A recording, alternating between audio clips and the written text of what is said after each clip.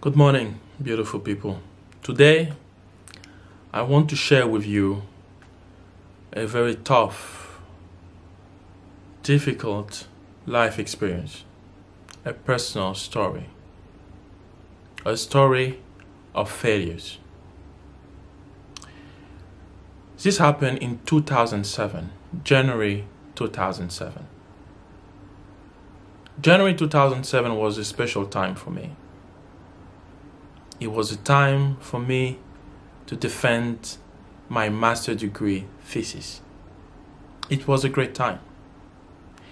It was a time for me to show, after years of going to school, after years of learning, that I deserve to be called an economist, a statistician, because it was a master's degree in economics and in statistics.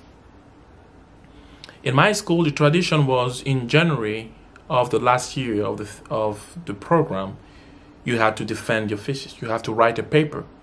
It was a time also of pride for myself first, because I was about to show that I finally made it. I made it to the end. I made it from primary, high school, college, and graduate school. I finally managed to make it. And this was in Ivory Coast, in West Africa, where I was from. This school, where I was supposed to defend the thesis, was the top elite school, which was training all the best young economists and statisticians of the Francophone Africa world. It was great. It was also a moment of celebration for my family. My dad was proud. He was happy. My dad was a man who usually does not throw a party. He's a very discreet man. But for that occasion, he decided to throw a party. He decided to bring the typical big African family. He invited his brothers, sisters, cousins, nieces, nephews, friends. He invited everyone. They were all there that day in the school, ready to applaud and to celebrate me, to celebrate my success. It was also a moment for me to show that I was really the leader of my classmate, because I was the head of the student association in that school. I was not nobody. I was the head, the chairman of the student association in that school. So I was supposed to be smart. I was supposed to show the way. I was supposed to walk the walk, meaning to successfully defend my thesis. That's what I was supposed to do. So it was also a great moment. And all my classmates were there. It was also a moment for me to turn into something new. It was kind of a new start. Because once you defend the thesis, at the time you were considered as kind of graduate. Even though graduation was in June, you were kind of almost done with school, kind of. So you could then turn yourself into looking for jobs, searching for a job, searching for professional opportunities. It was a great moment. And for that moment, I made sure to be ready to do my presentation. And which was supposed to be a quick 15-minute presentation in front of a jury. We would say, well done, Mr. Agu. You have now successfully defended your thesis. That was it was supposed to be. In that afternoon, as I was walking toward the door of that room where all the guests were already sitting, I got called by one of the professors of the school, who is still a professor in that school. I didn't have any issue with that because I knew that professor. He told me, Gomez, can we talk to you for a moment? The guy was alone, but he said, can we talk to you for a moment? Then he took me to another room. It wasn't the room where I was supposed to defend the thesis. It was a very different other room.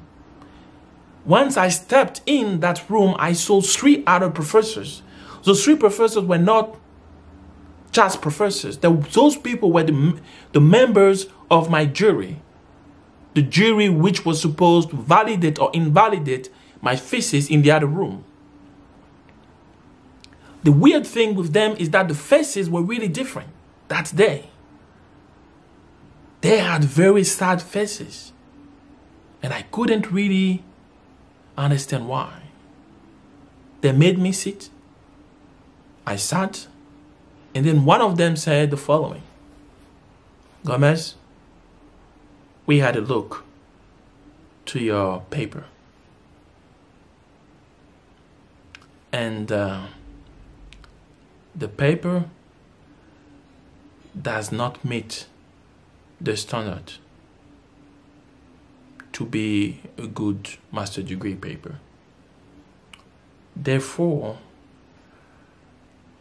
we do not think that today you should present the paper. So we don't think that you should defend your thesis today, and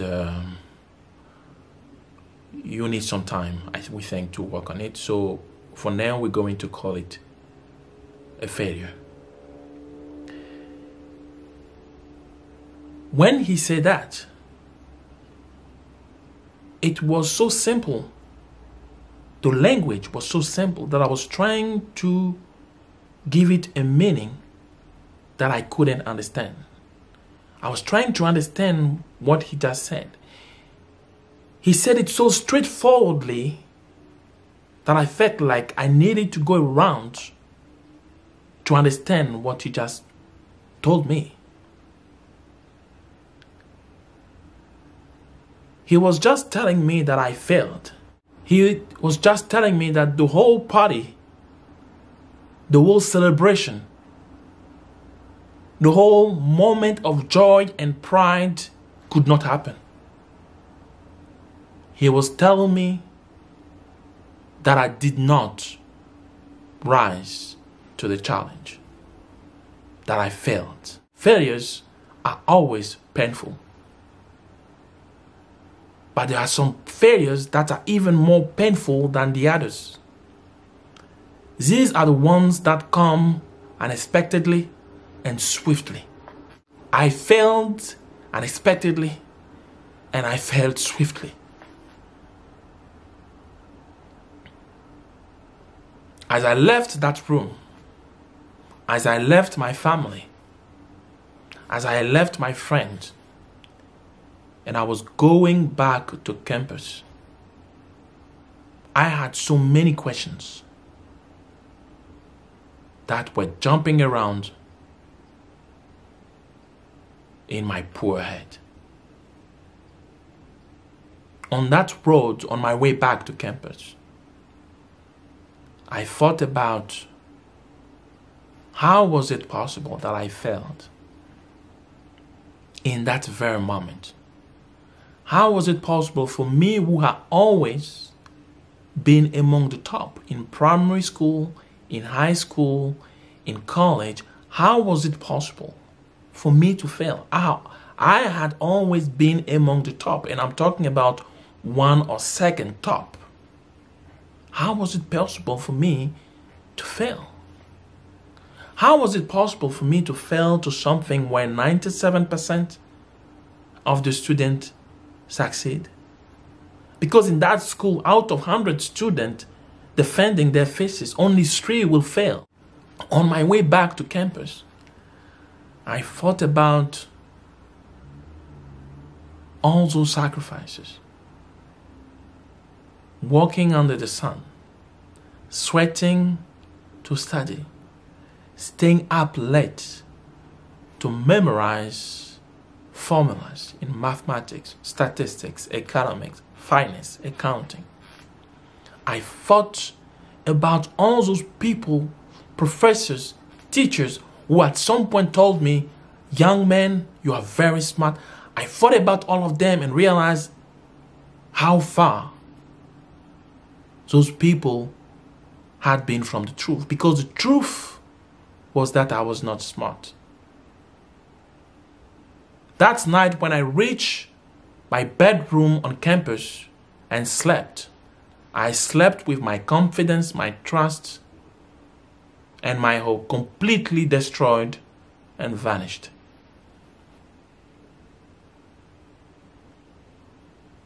When people fail, one of the most important things that vanishes is confidence. Failure is never a pleasant experience. It always makes you think that you are worthless. And that night, I felt worthless and helpless. The following day, I woke up and I started drinking. The following day, I woke up and I felt like I was cursed by God. The following day, I stopped believing in myself. The following day, I started missing classes until I completely dropped out from school. The following day, I became addicted to alcohol because it was the only way for me to soothe my sorrows. The following day, I left campus. The following day, I became nobody. I became desperate. I became hopeless, helpless, and worthless.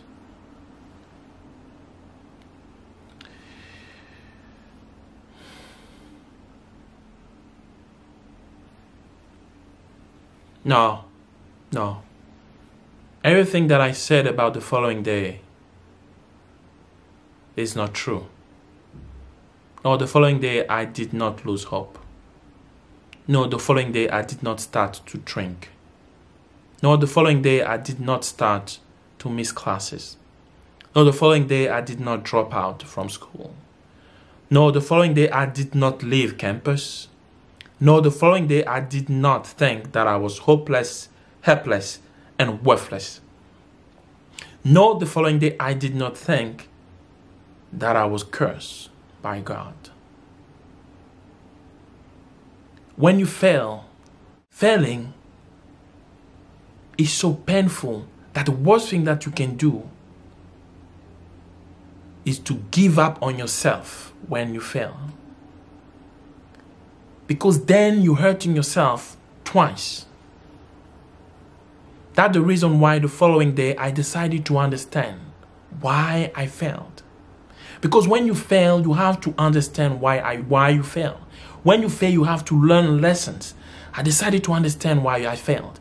I decided to understand why it did not work. When you fail, you should not lose hope. You should not lose your confidence. On the contrary, you should think that with hard work, with humility and persistence, you're going to succeed. Because failure is always the foundation for success. As long as you're willing to learn, as long as you're willing to learn the lessons from your failure, it's going to be the foundation for success. And that's exactly what I did. After I failed in January 2007, 6 months later, I was leaving school to work in an international organization, earning 4 times the average wage, the average salary of the people of my level. 6 months later, because I learned the lessons. I failed in January 2007 to defend a thesis of my master's degree in economics and in statistics. 7 years later, January 2014, I successfully passed my paper of a master's degree, of another master's degree, but this time not in Ivory Coast, not in Cote d'Ivoire, not in that school, but this time at Harvard University. Your failure today does not tell you anything about what your future is going to be. That's the reason why when you fail, you should never give up on yourself. Your failures today are not the tomorrow, are not going to be your tomorrow as long as you are willing to press ahead. Failing is tough, I understand. Failing is painful I also understand. But don't let a one-day failure becoming a season of failures, because you would have given up on yourself, because you would have lost trust and confidence in your own self. Never. Thank you very much for watching. I hope that you enjoyed. If you really enjoyed, like the video, comment over it, and share the video to the ones who might be in the need of hearing this message. Live bold, trust yourself, trust God, stay blessed, and see you in 1 week. Bye.